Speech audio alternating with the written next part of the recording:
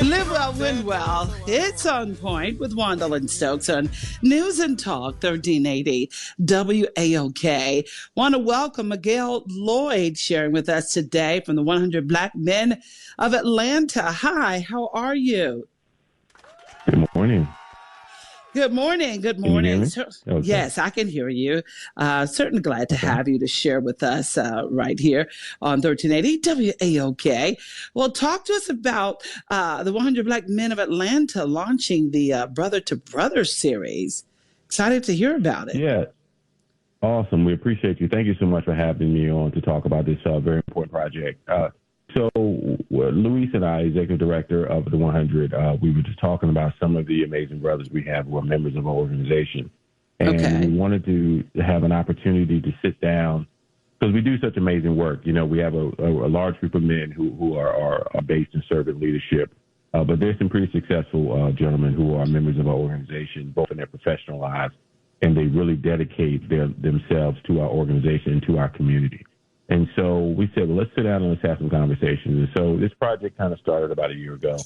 And we had an opportunity to sit down with Ryan Wilson, co-founders of Gavin Spot, Jay Bailey, over at the Russell Center, Clyde Mize, who's a partner in his own law firm.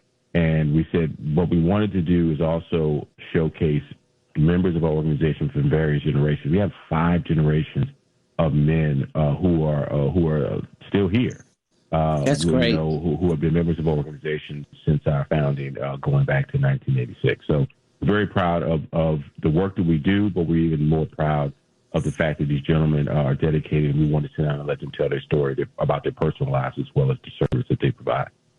Yeah, and why is that important? Because I think it's very important that people hear, their stories. Mm-hmm. It didn't just happen overnight, and it's just good to hear what positive works Black men are doing. And so, why is it a continued effort of the 100 Black Men to continue to tell the stories and to shine spotlight on Black men? Well, I think there's a misconception that as Black men, we're not involved in our communities, we're not involved with our families, which is just not true. And our organization, which not only we're one of the more active and leading chapters within the organization of the 100 Black Men. Many of the leaders within the 100 Black Men are actually members of the 100 Black Men of Atlanta chapter. Milton Jones, who we interviewed, who is current chairman of the 100 Black Men of America, is also a very active member of our chapter. And I use that word active for a reason. These are not men who just write checks or getting their companies to write checks. These are men who are serving. They're coming to Saturday school. They are interacting with the children very directly. And they've helped us to foster the relationships with our Emerging 100 organization, which is our younger professionals. We also have a Collegiate 100 organization, which kind of are college kids. We have members of our organization that have gone from being mentees to members of our board. So we're really developing these men all through their entire lives. And so I'm very proud to be a member of the organization and what we're doing. Yeah, just breaking the cycles, of underachievement and even poverty and even violence that plague our communities. How important is mentorship? Because that's a great part of the work that you all do and services you provide. How important is that mentorship and even the inspiration from these stories that'll be coming forth with season 1?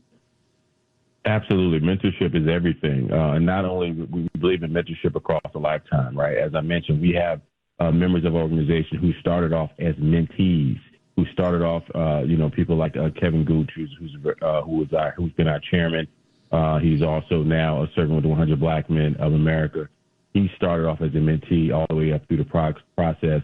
Elliot Teray, who also was a mentee in high school and came all the way through the program and served on our board, I believe 2 or 3 times. We believe in mentoring people across a lifetime and catching them where they are because, for example, our emerging 100 brothers who are under the age of 35, they may have a better connection to the teenagers a little bit better than some of us who are 50 plus, right? And so you want to connect them where they are. It may be music, it may be lifestyle, but when these kids can sit across the table from someone who's an executive at Google and they can share with them opportunities to pursue this type of career later on in life, it makes the streets less attractive to them. And so we've had young people who have had success, who have gone through our program, and everything about them is real Atlanta. Nothing about them is fake, as the kids would say.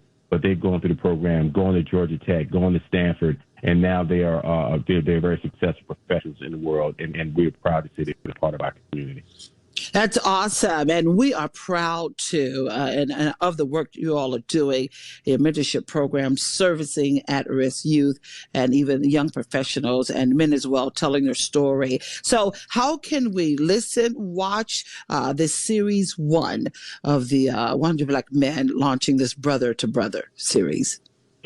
Yes, thank you for asking. So it is currently on our YouTube page. So if you search YouTube 100 Black Men of Atlanta, you will see our interviews that we conducted with Dr. Willie H. Clemens, retired executive director from Morehouse School of Medicine, Milton Jones, founding member of Peachtree Providence Partners, and currently, and this is a little note, Milton Jones is the first Black man to be chair board for the United Negro College Fund.